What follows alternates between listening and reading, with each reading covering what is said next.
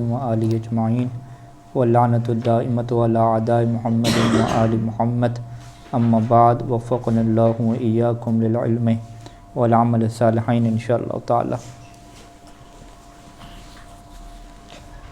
واما التی لتعریف الجنس فقولک الرجل افضل من المرأة۔ اچھا، دوسری جو الف لام ہے وہ الف لام تعریف کے لیے ہے، لیکن اس تعریف میں بھی کیا ہے، الف لام تعریف جنس ہے۔ یعنی یہاں سے یہ بات واضح ہوگی کہ الف لام کا ایک جو معنی ہمارے ہاں مشہور ہے کہ الف لام جب بھی نکرہ کے اوپر لگتا ہے تو پہلے رجل جو ہے وہ سب مرد مراد تھے، جب الرجل کہا تو یہ خاص ہو گیا۔ یہ جو خاص والی بات ہے نا کہ وہ خاص ہو گیا، یہ الف لام عہد کی ہے فقط، ٹھیک ہے۔ الف لام عہد ذکری ہوگا یا عہد ذہنی ہوگا، لیکن الف لام اگر وہ الف لام عہد کے لیے نہیں ہے تو پھر وہاں پہ خاص کی بات نہیں ہوگی کہ آپ کہیں گے ایک مرد ہے، ٹھیک ہے۔ وہاں پہ بعض کا کلی بات ہوگی، بعض کا کیا ہے تمام افراد کی بات ہوگی۔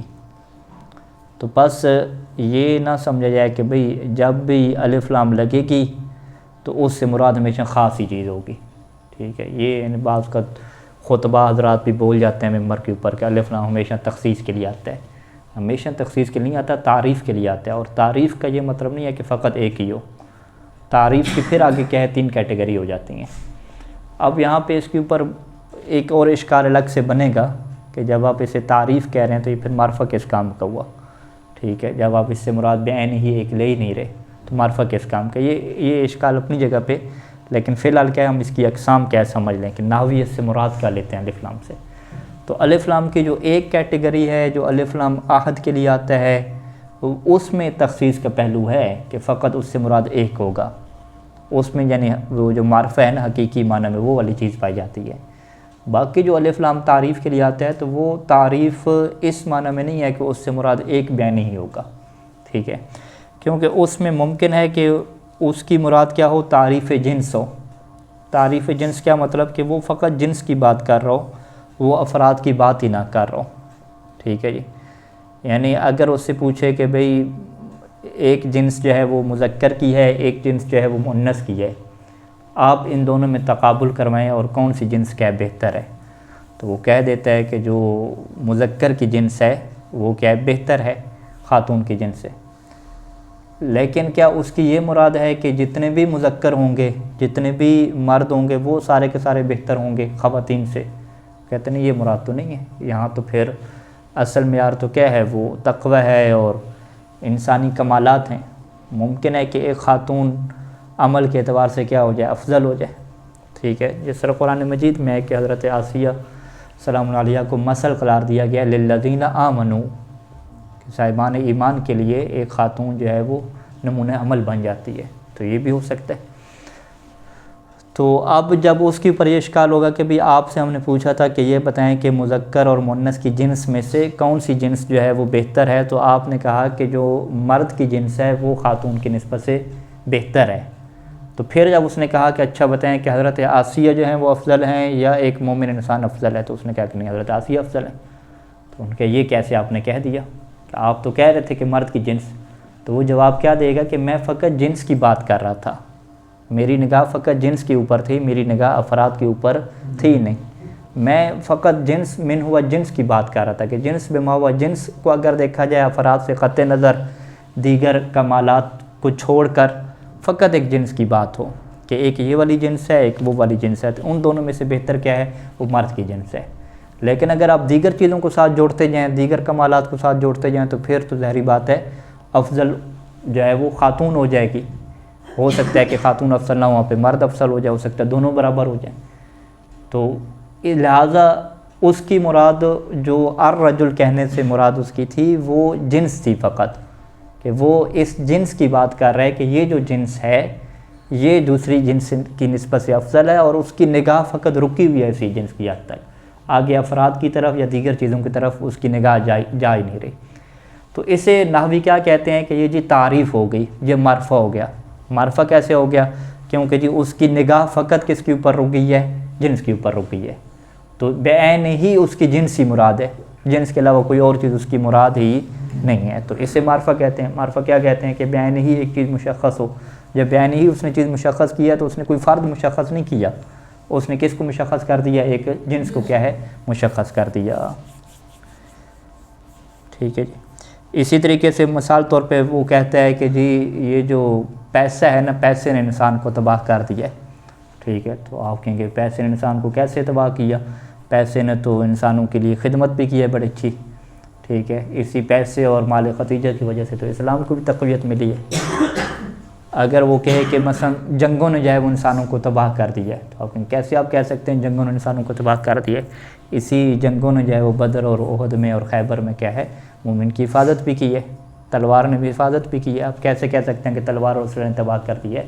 تو وہ کیا کہے گا کہ نہیں، میری مراد جو ہے وہ افراد نہیں ہے، میں ایک جنس کی بات کر رہا ہوں کہ خود یہ جو پیسے کی جنس ہے، یہ جنس کے اندر ایک ایسی چیز ہے کہ یہ جنس کیا کرتی ہے؟ تباہ کرتی ہے، ٹھیک ہے۔ اور اسی طریقے سے اگر فرض کریں کہ قرآن مجید کی آیت آ جائے کہ ہم نے ہر چیز کو پانی سے خلق کیا ہے، ٹھیک ہے، تو آپ کیا کہیں گے؟ اچھا پانی سے ہر چیز کو آپ نے خلق کیا، تو ابھی جو ہم پانی پی رہے ہیں اس سے آپ نے کیا خلق کیا؟ ابھی جو پانی پڑا ہے کہ یہاں پہ دفتر میں، اس سے اللہ نے کس چیز کو خلق کیا ہے؟ ہمیں خلق کیا اس چیز سے، یہ تو ہم خود پی رہے ہیں، ٹھیک ہے۔ ابھی جو ہمارا دریا موجود ہے اس سے اللہ نے خلق کیا، یہ تو اس سے تو کچھ بھی خلق نہیں ہوئے، تو ہم پی رہے ہیں۔ تو وہاں پہ آپ کیا کہیں گے کہ نہیں، اللہ کی مراد الماء سے یہ نہیں ہے کہ وہ پوری دنیا کے پانی جو ہیں وہ ختم ہو گئے ہیں، اللہ نے اس سے سب چیزیں کیا بنا دی ہیں، تربوز اسی سے بن گیا ہے، ہماری باڈی اسی سے بن گئی ہے، ساری چیزیں، کچھ پانی بچے ہی نہیں ہیں، ان کی یہ مراد نہیں ہے، بلکہ اس کی کیا مراد ہے اللہ تعالیٰ کی کہ جنس سے ماء، کہ پانی کی جو ایک حقیقت اور ماہیت اسے کہتے ہیں فلسفہ میں، یعنی ایک یہ جنس کے طور پہ دیکھا جا رہا ہے، یعنی اللہ کی نگاہ افراد کی طرف دی نہیں۔ اور یہ پھر منطق میں آپ پڑھیں گے کہ جب بات جنس کی ہوتی ہے، حقیقت کی ہوتی ہے، کلی کی ہوتی ہے، تو اس کے صدق آنے کے لیے اتنا کافی ہے کہ ایک فرد اس کا موجود ہو خارج میں، ایک فرد بھی اگر موجود ہو تو یہ کہا جائے گا کہ یہ جو اس نے جنس کے اعتبار سے بات کی ہے یہ کیا ہوگی؟ درست ہوگی۔ تو لہٰذا اگر یہ قرآن مجید کی آیت آتی ہے کہ ہم نے ہر چیز الماء پانی سے خلق کی ہے، تو اب یہاں پہ آپ کیا مراد لیں گے کہ نہیں، اللہ کی مراد یہاں پہ تمام افراد مراد نہیں ہیں، جنس مراد ہے۔ اور جب جنس مراد ہے تو جنس تو ہوتی اگر کلی طور پہ لیں تو وہ تو ذہن میں ہوتی ہے، اور خارج میں جنس کا کیسے وجود آتا ہے؟ کسی ایک فرد کے ذریعے سے، بس اگر اس کا ایک فرد بھی خارج میں موجود ہو تو یہ کافی ہے۔ تو بس کوئی ایک پانی ہوگا کہ جس سے کیا ہے یہ تمام چیزیں کیا ہوئی ہیں؟ خلق ہوئی ہیں، اور یہ باقی بہت سارے پانی ہیں کہ اس سے کچھ بھی کیا خلق نہیں کیا گیا۔ اسی طریقے سے اس نے کہا کہ جی درہم اور دینار اور پیسے نے انسان کو تباہ کر دیا ہے، تو اس کی مراد بھی جنس تھی۔ جنس جب مراد تھی اس کا مطلب ہے کوئی ایک فرد بھی آ جائے خارج میں کہ جس میں تباہی ہوئی ہو تو اس کا جملہ کیا ہو جائے گا؟ درست ہو جائے گا۔ اسی طریقے سے اس نے کہا کہ جنس سے مرد جو ہے وہ افضل ہے خاتون سے، تو خارج میں کوئی ایسی مثال آ جائے جیسے پیغمبر اسلام صلی اللہ علیہ وسلم کی مثال آ جاتی ہے، مولا علی علیہ السلام کی مثال آ جاتی ہے کہ جو تمام خواتین سے کیا افضل ہیں، تو یہ کیا ہو جائے گی؟ مثال کافی ہو جائے گی، ایک فرد ہونا کیا کافی ہے، یا جنس کی بات ہوتی ہے۔ تو لہٰذا جنس کے اعتبار سے جو بندہ بھی کوئی بات کرے گا، آپ اس کی بات کو جو ہے وہ جھوٹا نہیں کہہ سکتے، ٹھیک ہے۔ جیسے ہم جملے بول دیتے ہیں بھئی آج کل تو جو طالب علم ہیں وہ بڑے جو ہے وہ نکمے ہو گئے ہیں، ٹھیک ہے، تو کہیں گے یہ کہ ہم سب طالب علموں کو نکمہ کہہ رہے ہیں، تو آپ کہیں نہیں میری مراد جنس ہے، ٹھیک ہے جی۔ جنس مراد کیا ہے کہ میں ایک جنس کی بات کروں، آج کل کی جو جنس ہے، یعنی کوئی ایک فرد بھی اس کا ہو سکتا ہے۔ جیسے وہ روایات اٹھا کے لائے نا کہ بھئی آخری زمانے کے جو علماء ہیں وہ ان کا جو مذہب ہوگا وہ دنیا ہوگا اور وہ دنیا کے پیچھے ہوں گے، ٹھیک ہے، ان کا یہ دیکھو جی روایات میں آگے آخری زمانے کے علماء، تو ہم کیا کہتے ہیں؟ امام کی مراد کیا ہے؟ جنس ہے۔ وگرنہ ہم کیا روایات لے کر آئیں گے کہ آخری زمانے کے جو جوان ہیں وہ فاسق ہو جائیں گے، ان کی عورتیں فاسق ہو جائیں گی، تو ہم کہیں گے آپ جوان ہیں یا جوان نہیں ہیں؟ آپ جوان ہیں نا، تو امام کہہ رہے ہیں کہ آخری زمانے کے جوان فاسق ہو جائیں گے، تو بس آپ بھی فاسق ہو، آپ کی عورتیں بھی فاسق ہیں، سارے کے سارے چھٹی کرو پھر، ٹھیک ہے، کیا کرنا ہے؟ تو وہاں پہ وہ کیا کہیں گے کہ نہیں، یہاں پہ جو الشباب میں جو الف لام لگی ہے، یہ الف لام کون سی ہے؟ جنس کی ہے، یعنی اس میں امام علیہ السلام کی مراد تمام افراد مراد ہی نہیں ہے، وہ جنس کی بات کر رہے ہیں کہ آخری زمانے میں جو ایک شباب کی جنس ہوگی یعنی کوئی افراد اس کے ایسے ہو سکتے ہیں کہ جو کیا ہوں گے؟ فاسق ہوں گے، تمام کے تمام اس میں مراد نہیں ہوں گے، ٹھیک ہے۔ تو لہٰذا یہ ایک نحو کا ایسا نقطہ ہے کہ جس نقطے کی وجہ سے الف لام کی وجہ سے بہت ساری کیا ہے احادیث اور بہت ساری قرآن مجید کی آیات میں اگر دقت کریں گے تو سارے اشکالات اور ساری چیزیں کیا ہو جاتی ہیں، حل ہو جاتی ہیں، واضح۔ تو لہٰذا کوئی بھی حدیث ہے اس کے اوپر اگر الف لام لگا ہو یا بعض کا الف لام نہ بھی لگا ہو، فقط جمع کا لفظ ہو، تو وہ جمع کا لفظ یا واحد کا لفظ بطور جنس کے بولا گیا ہے یا بطور عام کے بولا گیا ہے، یہ پھر علم اصول فقہ کی بحث ہے، وہاں سے یہ چیز کیا ہوتی ہے، طے ہوتی ہے، واضح انشاءاللہ بات۔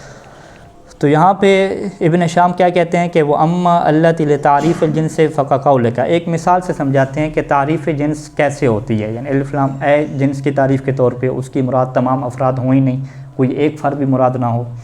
جیسے الرجل افضل من المرأة کہا کہ جو رجل ہے وہ خاتون سے افضل ہے، ٹھیک ہے۔ اذا لم نرد به رجلا بعینہ ولا امرأة بعینہا، کہ جب ہماری اس سے مراد نہ ہی بعینہ ہی ایک مرد ہو اور نہ ہی اس سے مراد کیا ہے، بعینہ ہی ایک خاتون ہو، ٹھیک ہے۔ یعنی مولا امیر الاسلام کے جب آپ نہج البلاغہ میں خطبات پڑھیں گے تو وہاں پہ کیا کہیں گے کہ خاتون جو ہے وہ ناقص العقل ہے، المرأۃ، تو وہاں پہ یہ بحث ہوگی کہ الف لام سے کیا مراد ہے، ٹھیک ہے۔ الف لام سے اگر تو آپ کہیں کہ یہ مجمع سمجھدار ہے، الف لام سے مراد کیا ہے، عہد ذہنی ہے، ٹھیک ہے، عہد ذہنی ہے، تو پھر المرأۃ سے مراد کیا ہے، کوئی خاص خاتون ہو جائے گی۔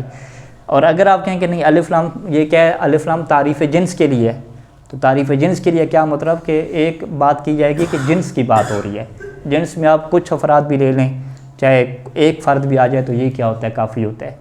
اس سے مراد یہ کس نے کہا ہے کہ الف لام یہاں پہ استغراق کے لیے جو تیسری قسم آ رہی ہے، المرأہ ناقص العقل ہے، یعنی المرأہ سے مراد کیا ہے کہ جتنی بھی خواتین کے مصداق ہیں ساری ناقص العقل ہیں، اس میں کیا ہے، خود اہل بیت کے خاندان کی خواتین بھی آ جائیں، جناب زہرا سلام اللہ علیہ بھی آ جائیں، تو آپ کہیں گے نہیں یہ بات درست نہیں ہے، کیوں؟ کیونکہ الف لام کے معنی کو یہاں پہ نہیں سمجھا گیا، ٹھیک ہے۔ یہ آپ یہاں پہ تشریح کریں گے، علماء والی حدیث میں تشریح کریں گے، جدھر بھی تشریح کریں گے اگلے بندے آپ کو کیا کہیں گے کہ بلا صاحب فلسفہ سنا رہے ہیں، منطق سنا رہے ہیں، تو یہ فلسفہ منطق نہیں ہے، یہ علم نحو ہے، ٹھیک ہے۔ تو علم نحو کا قانون ہے کہ الف لام جب لگی ہوئی ہے تو اس کے اوپر بحث ہوگی۔ یہ کس نے آپ کو کہہ دیا کہ الف لام جب لگے تو اس سے مراد کیا ہے، ہمیشہ جو ہے وہ تمام افراد ہی مراد ہوتے ہیں، کوئی ایک استثناء بھی نہیں ہوتا اس کا، واضح۔ تو لہٰذا اس الف لام کے پریکٹیکلی بہت سارے کیا موارد پڑے ہیں۔ تو مصنف نے کیا کہا کہ اگر کوئی بندہ یہ جملہ کہتا ہے الرجل افضل من المرأۃ، اور وہ کہنے والا بندہ بھی ایسا ہے کہ اس کی مراد کوئی مرد بعینہ ہی بھی نہیں ہے اور کوئی بعینہ ہی خاتون اس کی مراد ہے ہی نہیں، وَإِنَّمَا أَرَدْتَ، اور آپ نے کیا ارادہ کیا کہ أَنَّ هَذَا الْجِنْسُ مِنْ حَيْثُ هُوَ، کہ آپ فقط جنس کی بات کر رہے ہیں کہ فقط ایک جنس کیا ہے وہ افضل ہے اس جنس سے، من حیث ہوا، آپ کہیں پھر یہ افضلیت تو آپ کے ذہن میں رہے گی نا، کیونکہ جنس اور کلی چیز تو کیا ہوتی ہے، ذہن میں ہوتی ہے، تو وہ منطق کا وہاں پہ قانون دے گا کہ نہیں جنس خارج میں بھی ہوتی ہے، لیکن خارج میں اپنے تمام افراد کے ذریعے سے نہیں ہوتی، کوئی ایک فرد بھی ہو تو وہ ہو جاتی ہے۔ تو لہٰذا وہ بات خارج کے اعتبار سے کر رہا ہے لیکن وہ جنس کے طور پہ کر رہا ہے، یعنی اس کی نگاہ سب کے اوپر نہیں ہے، کوئی ایک بھی ہو تو وہ اس کی بات کیا ہے، چلے گی۔ ولا جسے ہو ان یراد بہذا، اور یہ صحیح نہیں ہے کہ اس سے مراد کیا لیا جائے کہ ان کل واحد من الرجال افضل من کل واحدۃ من النساء، یہ والا جو جملہ ہے نا اس کا مراد لینا درست نہیں ہے۔ کیا مراد کہ کل واحد، کہ مردوں میں سے ہر مرد کیا ہے، خواتین میں سے ہر خاتون سے کیا افضل ہے، یہ مراد اس کی ہے ہی نہیں۔ یہ مراد کس کی ہو سکتی ہے، کسی جاہل انسان کی ہو سکتی ہے کہ جو جہالت میں پڑا ہوا ہے اور اسے کچھ بھی نہیں پتہ، وہ کہہ سکتا ہے کہ مرد تو جی خاتون سے افضل ہوتا ہے اور اس کی مراد کیا ہو، تمام مرد مراد ہوں، ٹھیک ہے، یہ اس کی مراد ہو سکتی ہے، لیکن جو ایک باشعور انسان ہے وہ کبھی اس طرح مراد نہیں دے گا۔ اسی وجہ سے ابن شام کیا کہہ رہے ہیں کہ اذا لم نرد بہی، کہ جب ہم اس سے یہ مراد نہ لیں، جب آپ اس سے یہ ارادہ کریں، جب آپ کی مراد یہ نہ ہو، تو یہ قیود کیوں لگا رہے ہیں، اس لیے لگا رہے ہیں کہ کیونکہ ممکن ہے کہ کسی کہنے والے کی مراد یہی ہو کہ وہ الف لام کو الف لام جنس کے طور پہ لے ہی نہ رہا ہو، وہ اپنی جہالت کی بنیاد پہ الف لام کو کیا ہے، افراد مراد لے رہا ہو، استغراق جو تیسری قسم ہے کہ وہ مراد لے رہا ہو۔ اچھا، اسی طریقے سے آپ کا یہ قول کہ اہلک الناس الدینار والدرہم، کہ لوگوں کو ہلاک کر دیا ہے دینار و درہم نے، وہاں پر بھی الدینار اور الدرہم میں الف لام کون سی ہے، الف لام جنس کی ہے، ٹھیک ہے۔ اچھا جی، وقول تعالیٰ، اسی طریقے سے جو ہے وہ اللہ تعالیٰ کے یہ قول ہے کہ وجعلنا من الماء کل شیء حی، تو یہاں پر بھی الماء سے کیا مراد ہے، الف لام جنس کی ہے۔ وَالْهَذِهِ الَّتِي يُعَبَّرُ عَنْهَا بِالْجِنسِيَّةِ، اس ال کو کیا کہا جاتا ہے؟ الجنسیہ بھی کہا جاتا ہے. وَيُعَبَّرُ عَنْهَا أَيْضًا بِالَّتِي لِبَيَانِ الْمَاهِيَّةِ، اور اس ال کو جو ہے وہ ال بھی کہا جاتا ہے کہ الَّتِي لِبَيَانِ الْمَاهِيَّةِ، کہ جو ماہیت کے بیان کرنے کے لیے ہوتی ہے. وَبِالَّتِي، اور اس ال کو وہ بھی کہا جاتا ہے کہ جو حقیقت کے کیا بیان کرنے کے لیے ہوتی ہے. تو یہاں سے یہ بحث نکلتی ہے کہ حقیقت میں، ماہیت میں اور جنس میں کیا فرق ہے. تو یہ ایک فلسفی بحث ہے. ان چیزوں کی تشریح میں مختلف کیا ہیں اقوال ہیں. تو فی الحال ہمیں ان کے نام سے غرض ہے کہ الف لام جنسیہ کہیں، الف لام بیان ماہیت کہیں، الف لام بیان حقیقت کہیں، تو اس کی مراد کیا ایک ہی ہوگی. ایک ہی مراد کیا ہوگی کہ نہ تمام افراد مراد ہیں، نہ ایک فرد کیا بیان ہی مراد ہے، بلکہ کوئی بھی فرد ہو تو یہ جنس کی حیثیت کا جائے گی. واضح جی. ایسا ہوتا ہے کہتے ہیں کہ الف لام تعریف اور جنس میں فرق ہے آپس میں. الف لام تعریف اور ہوتا ہے اور جنس اور ہوتا ہے. نہیں، تعریف الجنس کہہ رہے ہیں. شروع میں تعبیر کیا آئی ہے؟ وَأَمَّا الَّتِي لِتَعْرِيفِ الْجِنْسِ. ابن ہشام نے اس سے کیا بیان کیا؟ تعریف جنس بیان کیا. اور احکام بھی اس کے اوپر وہی معرفہ والے چلتے ہیں سارے کے سارے. یعنی یہ سوال آپ کا رہے گا کہ بھئی معرفہ کی جو شروع میں تعریف ہے، معرفہ کی تعریف یاد ہے کسی کو؟ ابن ہشام نے کیا کی تھی؟ معرفہ کی تعریف کی نہیں ہے نا میرے خیال میں. نکرت کی تھی کہ شاہ فی جنس ہی، پھر ہم نے کہا تھا کسی کے ہم برس کر لیں کہ جو جنس میں مختص ہو جائے. مختص ہو جائے، ایک فرد کے ساتھ جو مختص ہو جائے، اپنی جنس میں شائع نہ ہو، جنس میں کسی فرد کے ساتھ مختص ہو جائے تو وہ کیا ہوتا ہے؟ معرفہ ہوتا ہے. اب یہ الف لام جنس میں تو اب یہ ایک جنس کے فرد کے ساتھ مختص ہی نہیں ہے. جیسے وہ کہا تھا علم جنسی کہا تھا، تو علم جنسی بھی حکم کے اعتبار سے، وگرنہ وہ علم اسے نہیں کہتے. ہم اس کو یہ کہہ سکتے ہیں کہ یہ جو جنس ہے باقی اجناس کی نسبت یہ مختص ہو گئی، پوری جنس کو مختص کر افراد در نازل. ہاں، وہ جیسے نکرہ مختصہ کہتے ہیں. جی جی. ہاں، نکرہ مختصہ پھر ایسے کہیں گے نا، پھر بھی معرفہ تو نہیں کہیں گے نا. معرفہ میں تو ہمیشہ بات کس کی ہوتی ہے؟ جزئی کی ہوتی ہے، جزئی حقیقی کی. جیسے علم شخصی کہتے ہیں، شخص کی بات ہوتی ہے. تو یہ یعنی اس سے جو دقیق تعبیر ہے وہ یوں کہنا چاہیے کہ یہ معرفہ کے ساتھ ملحق ہوتا ہے احکام میں، یعنی اس کے ساتھ سلوک بھی معرفہ والے کیا جاتا ہے. حقیقت میں معرفہ کی تعریف اس کے اوپر صدق نہیں کرتی. فی حکم المعرفہ ہے، یہ معرفہ کے حکم میں. ٹھیک ہے. اچھا، بہرحال یہ سوالات ذہن میں یاد رکھیں، اگلی کتابوں میں دیکھتے ہیں کیا صورتحال کھلتی ہے. وَأَمَّا الَّتِي لِلْإِسْتِغْرَاقِ فَعَلَىٰ قِسْمَيْنِ. اب یہ الف لام تو عجیب سا ہے کہ جس میں ہوتے ہی کیا ہے؟ استغراق ہے. استغراق کا مطلب کیا ہوتا ہے؟ شمول ہوتا ہے. شمول کیا مطلب؟ یعنی تمام افراد کو شامل ہونا. ٹھیک ہے جی. اس استغراق کی دو قسمیں کی گئی ہیں. لأن الاستغراق کا اما یکون باعتبار حقیقت الافراد، کہ استغراق کیا ہوگا؟ افراد کی حقیقت کے اعتبار سے ہوگا. یعنی حقیقی طور پہ جتنے بھی افراد ہیں سب کو یہ الف لام شامل کر رہی ہے. جب اس نے کہا کہ اکرم العالمہ، العالمہ کہا ہے نا، تو العالمہ سے پھر کیا مراد ہوگی؟ تمام عالم کے افراد مراد ہوں گے، کہ کوئی بھی عالم کا فرد ہو اس کا احترام کرو. جب الف لام استغراق کے لیے آتی ہے تو پھر اس میں استثناء کیا لگتا ہے؟ ٹھیک ہے، الا الفاسقہ، یہاں پہ استثناء لگتا ہے. اور جب الف لام استغراق کے لیے نہیں ہوتی، جنس کے لیے ہوتی ہے، تو وہاں پہ استثناء نہیں لگتا. ٹھیک ہے. اب اگر اس نے کہا کہ الرجل افضل من المرأۃ، یا یہ کہا کہ ہم نے ہر چیز پانی سے خلق کی، تو وہاں پہ الا نہیں لگے گا، کیونکہ اس کی شروع سے مراد کیا ہے؟ تمام پانی کی اقسام مراد ہی نہیں تھیں، یا تمام مرد مراد ہی نہیں تھے، تو الا لگانے کی وہاں پہ ضرورت ہی نہیں پڑتی. اسے کیا کہتے ہیں کہ استغراق میں اور جنسیہ میں کیا فرق ہوتا ہے؟ کہ اگر آپ کو روایات میں، قرآن مجید کی آیات میں الا لگا ہوا نظر آ جائے، تو الا سے پہلے اگر نکرہ کے اوپر الف لام لگا ہے تو آپ کیا سیدھا نتیجہ نکالیں گے کہ الف لام جنس کے لیے تھا ہی نہیں. یہ الف لام کس کے لیے تھا؟ استغراق کے لیے تھا. والعصر ان الانسان لفی خسر، آگے کیا الا لگ گیا، الا الذین. اب جیسی الا لگا تو آپ کیا کہیں گے کہ انسان جو نکرہ تھا اس کے اوپر الف لام لگی ہے، یہ الف لام استغراق کے لیے نہیں ہے. یہ الف لام کس کے لیے؟ افراد کے لیے. افراد کے لیے ہے، یعنی ہر فرد جو ہے وہ خسارے میں ہے، اور ان افراد میں سے سوائے چند ایک افراد کیا ہوئے ہیں؟ خارج ہوئے ہیں. ٹھیک ہے. تو یہ اس کی ایک بہترین نشانی ہے.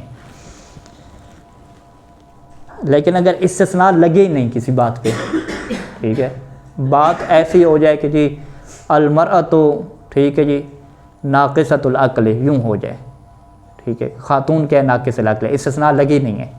اگر استثناء نہ لگے تو پھر آپ کیا کہیں گے کہ ہاں یہ الف لام کیا ہے استغراق کے لیے تھا ہی نہیں، یا تو یہ الف لام جنس کے لیے ہے، یا پھر الف لام کیا ہے عہد ذہنی کے لیے ہے، یا تو کسی خاص خاتون کی بات ہو رہی ہے، یا فقط کیا ہے جنس کی بات ہو رہی ہے۔ یعنی استغراق یہ استثناء کے ساتھ خاص ہوتا ہے۔ ہاں استغراق کا تعلق استثناء کے ساتھ خاص، اگر استثناء نہیں ہے تو استغراق استثناء نہیں آئے گا، اور بات تو آپ کو لگ رہی ہے کہ یہ افراد کے اعتبار سے کلی بات ہے ہی نہیں، ٹھیک ہے، تو پھر ظاہری بات ہے اگر کہنے والا بندہ جھوٹا نہیں ہے، عقل مند اور سمجھدار انسان ہے، تو آپ کو پھر سمجھ کرنی ہوگی کہ اس کی مراد الف لام سے مراد افراد تھے ہی نہیں، اس کی مراد کیا تھی جنس تھی۔ یعنی استثناء نہ آنے کے بعد ہم ڈائریکٹ نہیں کہہ سکتے یہ استغراق نہیں، ہم قرائن سے سمجھیں گے۔ ہاں ظاہری بات ہے، قرائن سے، قرائن میں پھر دو آپشن ہوں گے، یا عہد ذہنی کا یا عہد ذکری کا ہوگا لفظ، یا اس میں آپشن کیا چلے گا آپ کا جنس کا چلے گا۔ یعنی بعض اوقات آپ روایات دیکھیں گے کہ روایات میں ایک کلی بات آ گئی ہے، الف لام لگی ہوئی ہے، اور آپ پریکٹیکلی طور پہ دیکھ رہے ہیں کہ کلی بات بیٹھ نہیں رہی، درست ہو ہی نہیں رہی، ٹھیک ہے، تو پھر آپ کیا تلاش کریں گے کہ یہ تلاش کریں گے کہ اس سے پہلے حدیث کیا چل رہی تھی۔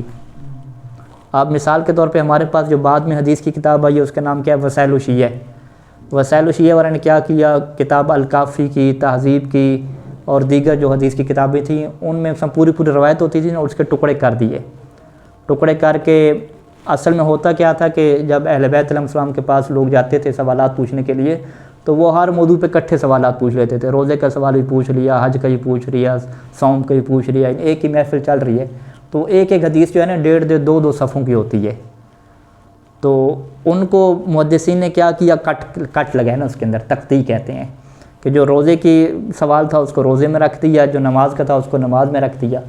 اس سے کیا ہوا کہ وہ سیاق و سباق کیا ہے ختم ہو گیا، اب جو الف لام لگ رہی ہے تو کچھ پتہ نہیں چل رہا کہ پہلے کس کا ذکر ہو رہا تھا۔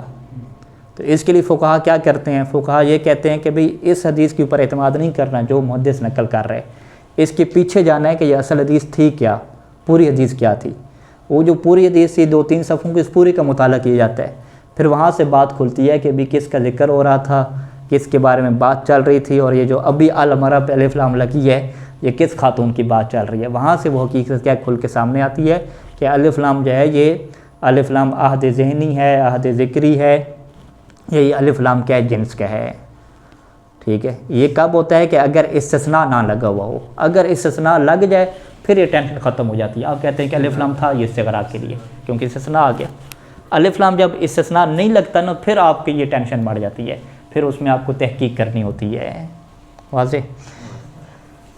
اچھا، لأن الاستغراق اما یکون باعتبار حقیقت الافراد، حقیقت الافراد کیا مطلب کہ تمام افراد مراد ہیں حقیقی طور پہ، یا جو ہے وہ تمام افراد مراد ہیں لیکن بے اعتبار صفات الافراد، صفات کے اعتبار سے مراد ہیں، حقیقی طور پہ مراد نہیں ہیں۔ اس کی کیا مثال دی جاتی ہے کہ اس نے کہا کہ جو مرد ہے وہ زید ہی ہے، زید الرجل، یہ ابن شام نے مثال دی اس میں خلاصے میں جو سعد والا تھا کہ زید الرجل، جب کہا کہ زید مرد ہے تو الرجل میں الف لام کون سی ہے، ٹھیک ہے، کوئی خاص مرد تو آپ کہہ نہیں سکتے خاص والا مرد ہے، ٹھیک ہے، مرد تو ساری مرد ہوتے ہیں نا، الف لام جنس کا بھی نہیں کہہ سکتے کیونکہ زید تو کلی ہے ہی نہیں، زید تو کیا جزئی حقیقی ہے۔ پھر یہ الف لام کون سی ہے، الف لام استغراق کی ہے، آپ کہیں استغراق کیسے، زید دنیا کے تمام مرد ہیں کیا، ٹھیک ہے، آپ کہیں گے نہیں، یہاں پہ الرجل سے مراد کیا ہے کہ جو مردوں کی صفات ہیں وہ ساری کی ساری کس میں موجود ہیں، زید میں موجود ہیں۔ اگر زید کو رجل کہا گیا ہے کہ زید کیا ہے، ایک مرد ہے، رجل ہے، تو اس رجل سے کیا مراد ہے کہ جتنی بھی رجل کی صفات ہیں وہ ساری کی ساری اس کے اندر موجود ہیں۔ تو یہاں پہ استغراق ہے، استغراق کیا مطلب، شامل ہونا، شمول ہونا، تو یہاں پہ شمول ہے لیکن شمول افراد کا نہیں ہے بلکہ صفات افراد کا ہے۔ اچھا، فالاول پہلی کی مثال واضح ہے کہ خلق الانسان ضعیفہ، کہ انسان کو جو ہے وہ ضعیف خلق کیا گیا، یہاں پہ الف لام جنس کی نہیں ہو سکتی، استغراق کی ہے، کیونکہ آپ کیا کہیں گے کہ انسان کی خلقت کی بات ہو رہی ہے اور خلقت ہمیشہ کیا ہوتی ہے، افراد کی ہوتی ہے، جنس کی خلقت نہیں ہوتی، جنس تو کیا ہوتی ہے، کلی ہوتی ہے، ذہن میں ہوتی ہے۔ تو لہٰذا یہ بات ہوتا ہے کہ یہاں پہ الف لام سے مراد کیا ہے، افراد ہی مراد ہیں، اور الف لام یہاں پہ کیا ہے، جنس کے لیے استعمال نہیں ہوا، اگر جنس کے لیے استعمال ہو تو آپ کہیں کسی ایک انسان کو کمزور خلق کیا گیا، ٹھیک ہے، نہیں یہ مراد نہیں ہے، بلکہ مراد کیا ہے کہ تمام کے تمام انسان کو کیا ہے، ضعیف پیدا کیا گیا، جتنے بھی انسان ہیں کوئی بھی ایسا نہیں ہے کہ جو کیا ہو مضبوط ہو اور گائے کے بچے کی طرح پہلے دن ہی چلنا شروع کر دے، ٹھیک ہے، ایسا نہیں ہوتا۔ جو بھی انسان ہے وہ پہلے دن ہی چلنا شروع نہیں کر دیتا، سارے کے سارے کیا ہوتے ہیں، کمزور ہوتے ہیں، جسمانی اعتبار سے بات ہو رہی ہے۔ اے کل واحد من جنس الانسان ضعیف، کہ انسان کے جنس میں سے ہر ایک کیا ہے جی، کمزور ہے۔ وثانی، دوسرے کی مثال کیا ہے کہ انت الرجل، کہ آپ کیا ہیں، مرد ہیں، ٹھیک ہے۔ مرد کیا مطلب، اے الجامع لصفات الرجال المحمودہ، کہ آپ ان صفات کو جامع ہیں کہ جو رجال کی ہیں، اور کون سے رجال کی ہیں، المحمودہ، یعنی صفات کی صفت ہے یہ، معذرت، صفات رجال المحمودہ، یعنی مردوں کی وہ صفات کے جو کیا ہے، محمود ہیں، قابل تعریف ہیں۔ انت المرأہ، کسی کو کہہ دیا، ٹھیک ہے، تو اس کی مراد کیا ہے کہ تمہارے اندر صفات کیا ہیں، خواتین والی ہیں، ٹھیک ہے۔ ہاں، صفات ہو سکتا ہے خواتین کی صفات کمال والے بھی، ٹھیک ہے، ہاں، یعنی وہی جس طرح طالب علم کو کہہ دیتے ہیں، جو طالب علم صفائی نہیں کرتے کمرے کی، اسے کہہ دیتے ہیں کہ تم مرد ہو، جو صفائی کرتے ہیں ان سے کہتے ہیں یہ خاتون کی صفات ہیں، تو وہ اچھی صفت خاتون کی بیان ہو رہی ہے کہ صفائی ستھرائی کا خیال رکھتے ہیں، ٹھیک ہے۔ یا ایسے ہی آج کل جو فیل ہو جاتے ہیں اسے کہہ دیتے ہیں یہ مرد ہے جی، فیل ہو گیا، جو پاس ہو کے اچھے نمبر پا کہتے ہیں یہ خاتون ہے جی، کیوں جی، کیوں خواتین زیادہ پاس ہو رہی ہیں، ٹھیک ہے، یہ نظام بھی چل رہا ہے۔ ابھی ایک محاورہ چینج ہو گیا، پہلے ہمت مرداں کہتے تھے، ابھی ہمت نسواں کہتے ہیں، ٹھیک ہے، کیونکہ ہمت مرداں ختم ہو چکی ہے نا، ہمت نسواں۔ ضابط الاولیٰ، پہلے کا ضابطہ کیا ہے کہ ہمیں کیسے پتہ چلے گا کہ یہاں پہ جو ہے وہ افراد، تمام افراد مراد ہیں، کہ ان یصح حلول کل محلہ علی جہت الحقیقہ، کہ آپ کل کو رکھیں محلہ، محلہ کیا مطلب، الف لام کی جگہ پہ، الف لام کی جگہ پہ کل کو رکھیں تو یہ صحیح ہو جائے علی جہت الحقیقہ، حقیقی معنی کے طور پہ، کوئی مجاز گوئی کی بات ہی نہ ہے۔ جیسے مثال کہا جائے کہ خلق کل انسان ضعیفا، تو یہ بات درست ہو جائے گی حقیقت کے طور پہ۔ حقیقت میں آپ دیکھیں کہ کوئی بھی انسان دنیا میں آپ کو ایسا نہیں ملے گا کہ جو طاقتور کیا پیدا ہو، جتنے بھی انسان کو خلق ہوتے ہیں پیدائشی طور پہ کمزور ہوتے ہیں۔ دوسرے کا ضابطہ کیا ہے کہ ان یصح حلول کل محلہ علی جہت المجاز، کہ وہاں پر بھی کل رکھنا درست ہوتا ہے کہ تم کل کے کل مرد ہو، لیکن وہ کس اعتبار سے ہوتا ہے، علی جہت المجاز، مجازی طور پہ، یعنی اگر یہ کہا جائے کہ انت کل رجل لصح ذلک علی جہت المبالغہ، تو یہ مبالغہ کے طور پہ کیا درست ہے۔ کما قال علیہ الصلوۃ والسلام، جیسا کہ اللہ کے رسول نے یہ فرمایا تھا کہ کل صید فی جوف الفرا، کہ سارے کے سارے شکار کس میں ہیں جی، جوف الفرا میں ہیں۔ فرا کسے کہتے ہیں، خچر کو کہتے ہیں۔ یہ کہتے ہیں کہ 3 شکاری تھے، ایک نے جو ہے وہ خرگوش کا شکار کیا، ایک نے ہرن کا شکار کیا، اور ایک نے جو ہے وہ بڑا سا جو ہے وہ موٹا سا خچر کا کیا شکار کیا۔ تو جس نے ہرن اور خرگوش کا شکار کیا وہ دونوں اس پہ ہنسنے لگے کہ بھئی یہ دیکھو تم نے اتنا بڑا جو ہے وہ گدھا پکڑ کے لے آئے ہو، ٹھیک ہے، ہمارے پاس دیکھو ہرن لے کر آئے ہیں، خرگوش لے کر آئے ہیں۔ تو اس نے کہا تھا کہ کل صید فی جوف الفرا، یہ جتنے بھی تمہارے شکار ہیں سارے کے سارے اس کے پیٹ میں ہیں، ٹھیک ہے جی۔ تو کل صید فی جوف الفرا، اس نے کیا کہا کہ کل صید کیا مطلب، کہ جتنے بھی دنیا میں شکار ہو رہے ہیں وہ سارے کے سارے جمع کرو تو وہ اس کے پیٹ میں سما جائیں گے، کہ یہ تو مراد نہیں تھی، ٹھیک ہے، لیکن کل تو اس نے کہہ دیا، تو کل سے اس کی مراد کیا ہے، یعنی صفات کے اعتبار سے، یعنی شکار کی جتنی بھی آپ صفات لے ہیں اچھی صفات، وہ سارے کی ساری صفات کیا ہیں، اسی ایک خچر کے اندر کیا پوری ہیں، ٹھیک ہے جی۔ سواری کرنا چاہیں وہ بھی کر سکتے ہیں، کھانے پینے کے اعتبار سے بھی کیا ہے، صحیح گوشت ہے، باقی نظام بھی ساری صفات ہیں۔ اور اللہ کے رسول نے یہ جملہ پھر کس کو کہا، ٹھیک ہے، یہ ابو سفیان کو کہا تھا، ٹھیک ہے جی۔ ابو سفیان جب اجازت لینے کے لیے آیا، یعنی مسلمان ہونے کا اس کا جب پروگرام تھا، تو فتح مکہ کے بعد جب مسلمان ہو رہے تھے تو وہ آیا، تو اللہ کے رسول نے اجازت نہیں دی کہ ابھی اور لوگ مل رہے ہیں تو پھر تم کیا بعد میں آنا، تو وہ انتظار اسے کرنا پڑا۔ جب وہ بعد میں آیا تو اس نے اللہ کے رسول سے کہا کہ آپ نے جو ہے وہ یہ جو وادیوں کے پتھر ہیں ان کو اجازت دے دی ملنے کی، اور مجھے کیا باہر روک کے رکھا ہوا ہے، اس نے طنز کیا لوگوں کے اوپر۔ تو اللہ کے رسول نے اس کا دل رکھنے کے لیے کہا کہ کل صید فی جوف الفرا، کہ یہ سارے کے سارے جو ہیں نا وہ ایسے ہی ہیں کہ گویا کہ جو ہے وہ ان کی کوئی اہمیت نہیں ہے، اہمیت جو ہے وہ ساری کی ساری تمہاری ہے۔